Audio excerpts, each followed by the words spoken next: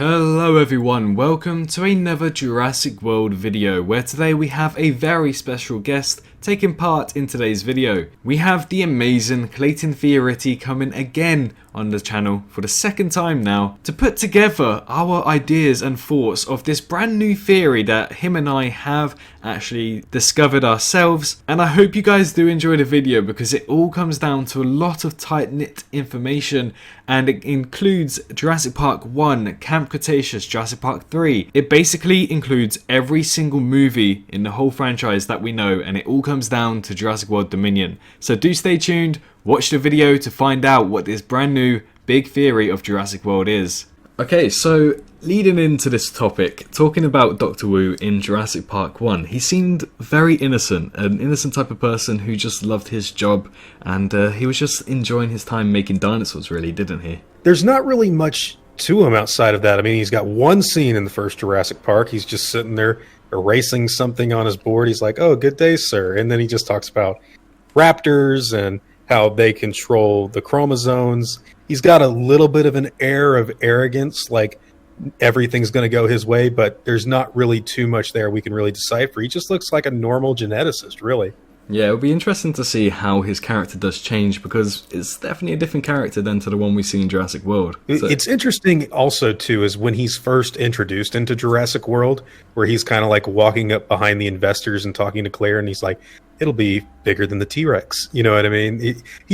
That's still, I feel, JP1 Wu, because that's kind of like what he would do in the first film, where he was like, oh, they're hatching. You know, he's just talking about them as if they're just dinosaurs that he's making. And it's interesting that after that scene, the next time we see him is when Masrani is like, dude, we got to talk, which is when the Indominus Rex has killed people. And then you get the side of Dr. Wu that's a little defensive, but also a little, I don't want to call him malicious, but I guess we just see his true colors there. He's very different in JP1. We don't see too much of him there, but he seems to be the through line through all of this, in my personal opinion.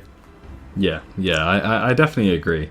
Yeah, so that brings us into our next thing, talking about what we know so far from Colin Trevorrow talking about Dominion. There's been a lot of conversations from Trevorrow where he's actually been pulled to the side to talk about Camp Cretaceous, which he's an executive producer on, along with Spielberg.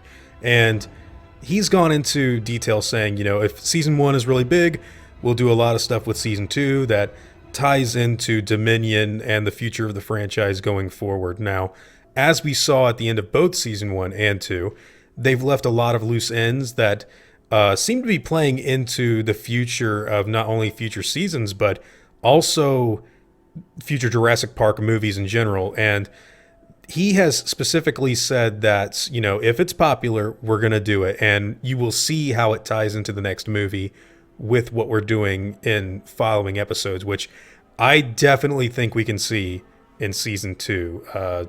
I think even in season 1, you can see where they're going with this whole thing.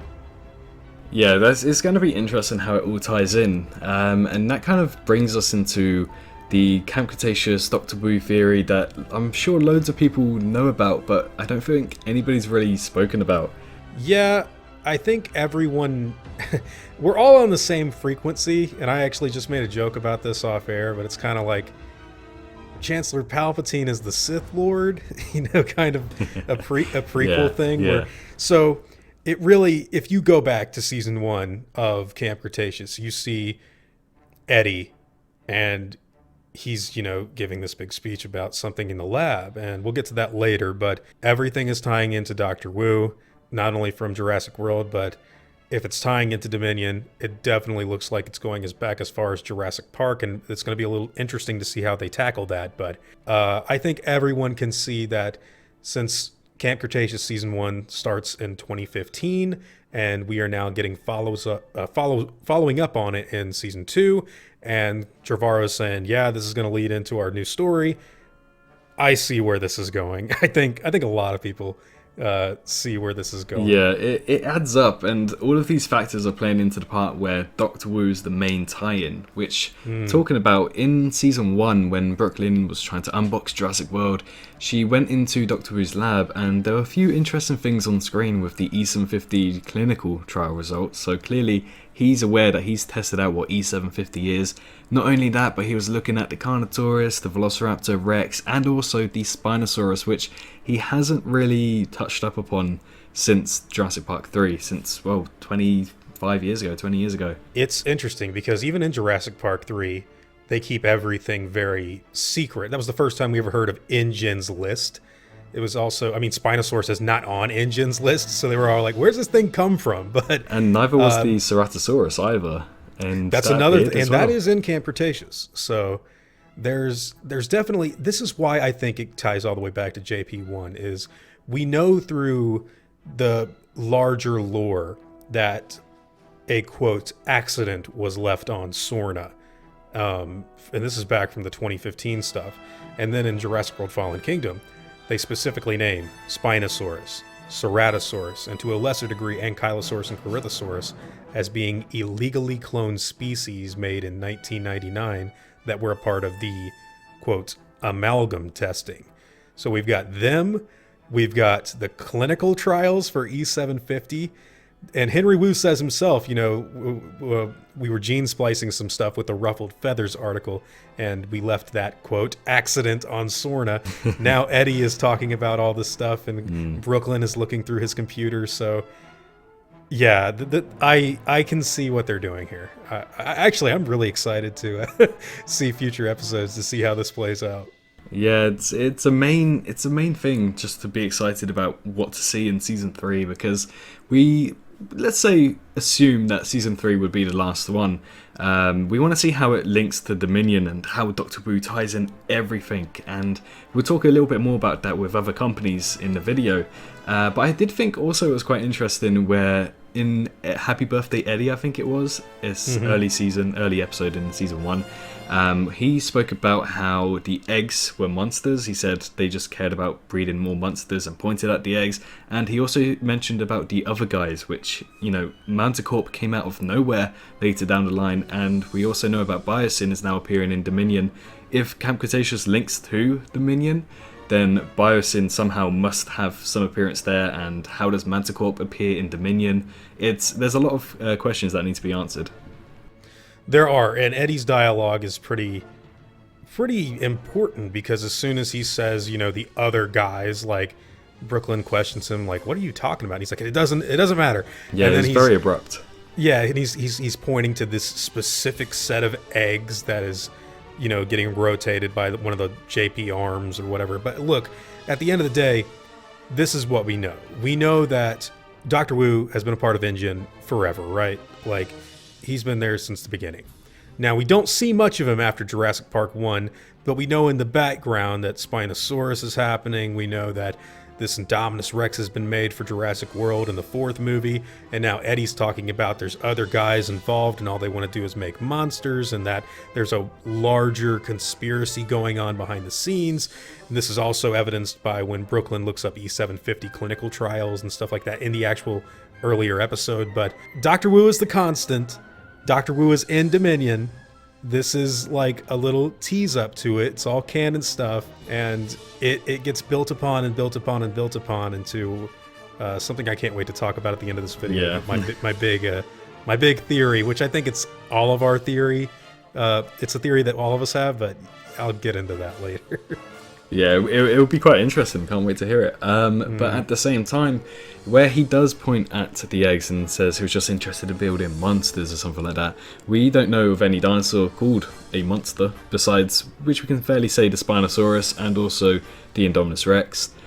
So whether those were Spinosaurus eggs is a really good question, but at the same time you can count that there's 8 of those in that scene, and I thought it was quite interesting because they didn't have QR codes on them at all like the Indoraptor would have either. It's interesting because if you look at the eggs in Jurassic World Fallen Kingdom, which is what they have working with as far as like Indoraptor stuff goes, they're not these same eggs, obviously. That's like years later. So whatever is inside of these eggs in season 1, we really don't know, apart from the fact that Eddie called them monsters, and it can't be Indominus eggs because they only made 2 Indominus, and one of them killed the other one, and the other one died. So Yeah, not only that, yeah. but they're incredibly expensive. I think Simon Mizrahi is quoted as saying that there's $26 million in the asset. So it's Yeah, not they're like very they have expensive. it's not like they have a reserve of them in the back catalog. I mean, Wu had to send people out to like grab a rib bone just to get more, just to get more DNA. So like they don't have more Indominus Rexes on standby. So whatever's in these eggs is very interesting, and it's going to be. It's just so interesting that he called them monsters. Like he pointed specifically at those, and we don't know if they're going to go anywhere, but they do something with them in the following season, and they do interesting stuff with them as far as implied conspiratorial stuff with Eddie. Which, talking of which, when you think about Jurassic World, where after the breakout, everybody kind of ran and they tried to get everything really quickly, and they left a few things behind. But noticeably, in season 2, when there was a baryonyx lab scene, instead of 8 eggs, the incubator's been knocked down, and there are only 5 eggs there. Now, obviously, a few eggs could be covered by something, but whether or not a few of those eggs were surviving, and if they are Spinosaurus eggs, we know Spinosaurus is rumoured for Dominion. It's almost inevitable. Could those eggs that were saved from Jurassic World by Dr. Wu, could they now appear in Jurassic World Dominion is the question. There's another theory here as to why they needed to take those eggs. God, this egg thing is so weird because like you got some baryonyx walking around the lab, right? Sniffing around, looking for kids to eat, whatever. Like, you got eggs on the floor, man. Wouldn't the baryonyx want to eat the eggs? And also, none of them look broken. They do show that they've been knocked over. Whether the baryonyx knocked them over or whether someone intentionally threw the incubator on the floor in order to like just wipe out any trace, we don't know. What we do know is that whole facility was still getting power, which means that theoretically those quote monster eggs still should have been incubated. So I don't know. I mean, like, there's a lot of stuff there. I don't even think people have noticed that, where like the eggs that Eddie points to in the first season are in season 2 only. Yeah, they've been like tossed all over the place. It's like, why would they leave that? When I saw the incubator was knocked over, I was like, surely that's not the same one. But you and I went back and we checked, and it seems like it is the exact same ones. And it's interesting because an egg incubator of that size should surely take a lot of strength to push over, or they I don't know what was happening, obviously, but they needed those eggs for some reason. Otherwise, there's no purpose to go to the egg incubator, which nothing was around it. So why would they bump into it? Well, let's not forget that they've got this whole E750 thing on ice that's also on a backup generator. So why weren't the eggs? And why are like let's pretend let's pretend like the 3 eggs that aren't visually seen in that part of Camp Cretaceous season 2. Let's pretend they actually got away with them. Okay, what are they? Yeah, it's interesting. But that's not the only thing that's kind of interesting that's tying loads of things together, because I think a few people have spotted this, but I don't think many people have spoken about it, is how if you go back to one of the end of the episodes in season 1, I'm sure many of you guys know about the drone that just arrived at the end of an episode. Somebody put the USB that Sammy supposedly took from Dr. Wu's lab into the drone. Most people were thinking, oh, it must be Sammy, but if you go back, turn up the brightness, play around with the colorization, the character model doesn't look anything like Sammy. So somebody is working with her that was currently on the island in season 1 to try and get this USB drive over to Manticorp, and they did so successfully. Yeah, when you told me this was so weird because there's no indication that there's anybody else on the island like working with them, but like, I always, when I first saw the episode, I was like, okay, Sammy put the thumb drive in the drone, whatever. But like, you watch it back and it, like, we could be wrong. It could be Sammy, but like, the character model looks like a grown man. It doesn't look like her at all. It's very similar to Mitch. I know Mitch doesn't appear until later, But the fact that they've gone with like a male build type of body, and that doesn't match Sammy's at all, it's really interesting. It was, yeah, because when I first saw it, I was like, I don't know, it's kind of dark. But then you see like the hand like go past, and you see like the waist, and I'm like, what? That's not what Sammy looks like.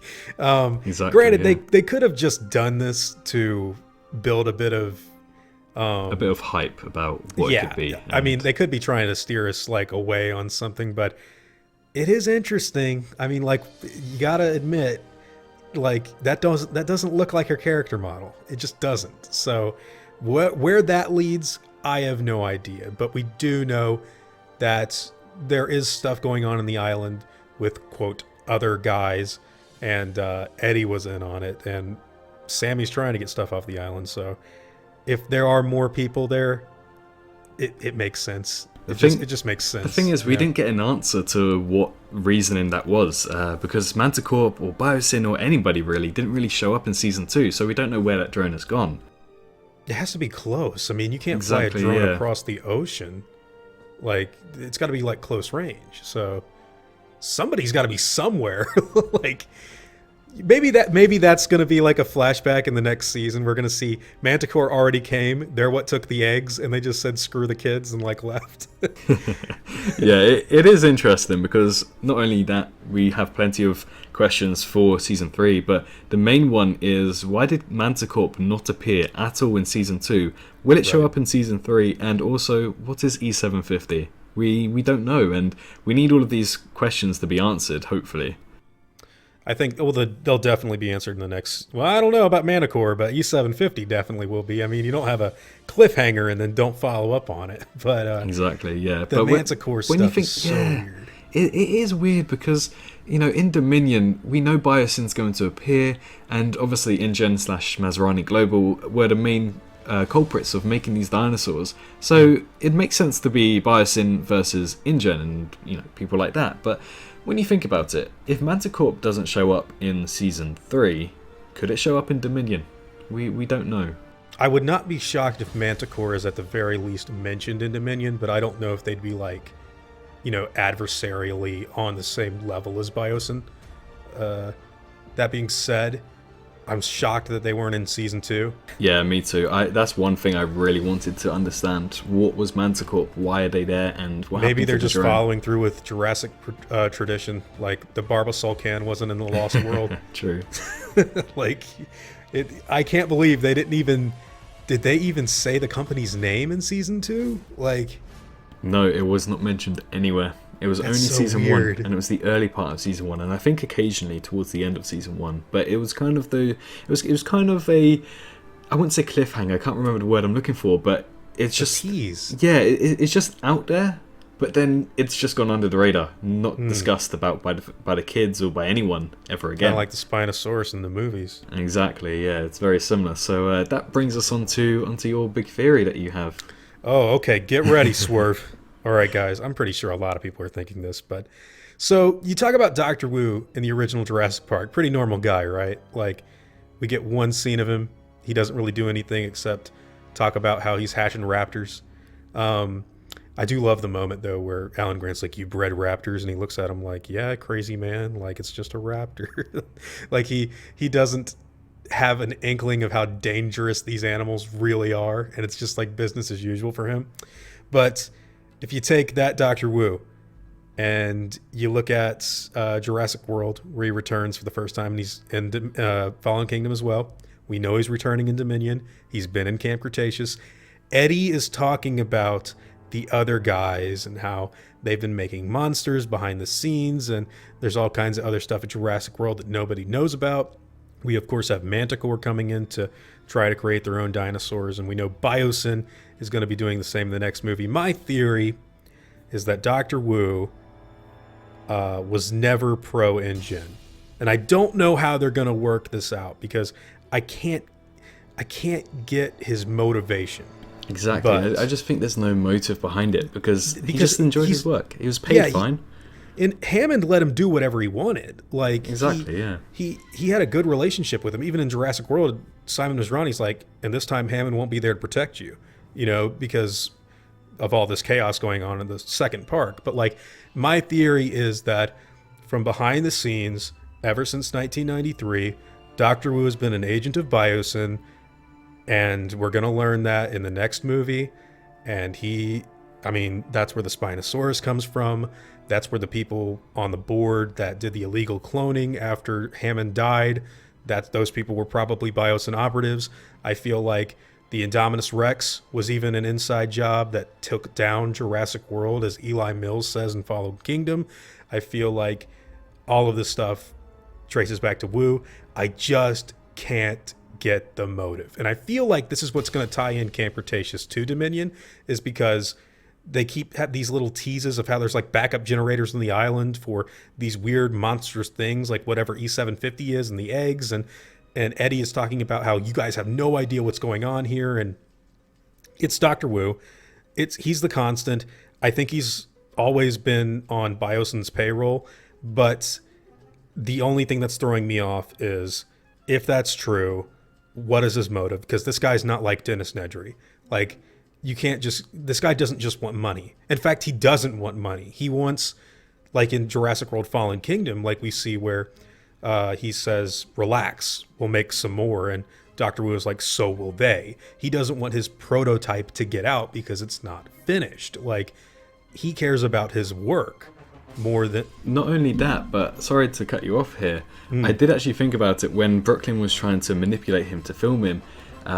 He kind of didn't want that until he found out how popular her web channel was. So maybe it's to do about exposure, because he wasn't really advertised in Jurassic World.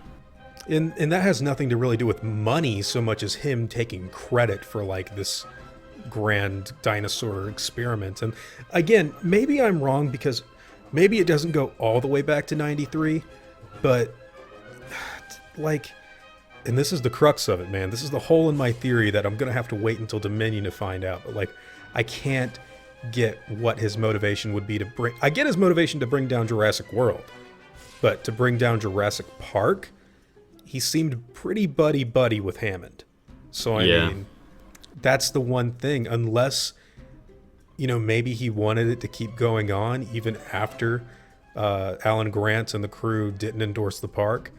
Maybe that was a big point to where he was just super angry that, stuff fell through, and Biosyn may have been like, hey, buddy, come work for us, and you can do whatever you want, because you're not able to do it now that Jurassic Park is gone. And maybe maybe he's like working for InGen, but he's also on the back burner working for Biosyn because they kind of picked him up after the first film. He's not in The Lost World. He's not in Jurassic Park 3, even though we're pretty sure behind the scenes that he's the guy that made the Spinosaurus. But that's my theory. I mean, what do you think about it, man? What's your thoughts on it? Well, it's the theory that everyone kind of would think about occasionally, but would never really talk about. So it is interesting that finally we've found a link to so many things leading back to Dr. Wu, whether it's the E750, the Spinosaurus, what happens in Jurassic Park 1, anything to do with Biosyn, everything with Colin Trevorrow saying that it links to Dominion and Biosyn appearing in Dominion, E750, the eggs as well. The eggs, there's loads of things that link back to him, and he probably would be the main character of the whole Jurassic franchise, where if Dominion confirms your theory in any way, shape or form, really. Yeah, I mean, we're going to get a moment where Alan Grant is like a Sith Lord, and like they're going to go arrest Dr. Wu, and he's going to do his like flip out thing and kill like 3 InGen workers. I don't know. I kind of feel like it makes the most sense, because they wouldn't hype up Eddie's conversation about the other guys and about how there's a backup generator on the island, or E750, the clinical trials, and like it's tying to Dr. Wu somehow. I just can't get over the motivation in 93. So that's the one thing that's holding me up. That's the one thing. Hopefully we find out in 2022. It all comes down to this, really, doesn't it? One movie away. I feel like we will. We'll find out what's going on. Yeah. But I appreciate you talking on the channel and spreading out your theory and your ideas. I'm glad to come on, man. We always have good conversations. So I'm pretty sure other people have had this conversation in their own heads about Doctor Wu and Biosyn and stuff. But it's great to talk about it. I'm glad to be here. No worries. Thank you. So yes, that was the whole video for you guys right there. It was amazing to have Klayton on the channel. Obviously, big credit to him. Do go and check out his channel if you haven't yet done so. He does a lot of Jurassic Park videos. But in the meantime, if you did enjoy today's video, smash that like button. Let me know what you thought of it down in the comment section down below. And also, press that subscribe button if you are brand new here. But in the meantime, like, comment, subscribe, all that good stuff. And I'll see you all in the next one. Bye bye. Hello, hi, you. Did you enjoy the video? Just a little reminder to press that like button and also subscribe. I just want to thank my Patreons for this month on screen right here, as giving me that little extra support really does go a long way. But anyways, I hope you guys have an amazing rest of your day.